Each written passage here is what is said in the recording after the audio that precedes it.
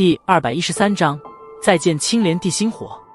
身体犹如鱼儿一般破水冲进清澈的湖泊之中，萧炎目光在体表之外的森白火焰处瞟了瞟，忍不住地咽了一口唾沫。此时在古灵冷火那奇异的温度之下，周围的湖水已经犹如沸水一般的滚动了起来，在不断鼓冒着白色水泡之时，一缕缕肉眼难以察觉的深紫液体缓缓浮现。不过当这些深紫液体在即将接触到森白火焰时，便是被古灵冷火给冻结成了一道道极为细小的小冰丝，然后缓缓地坠落进湖底之中。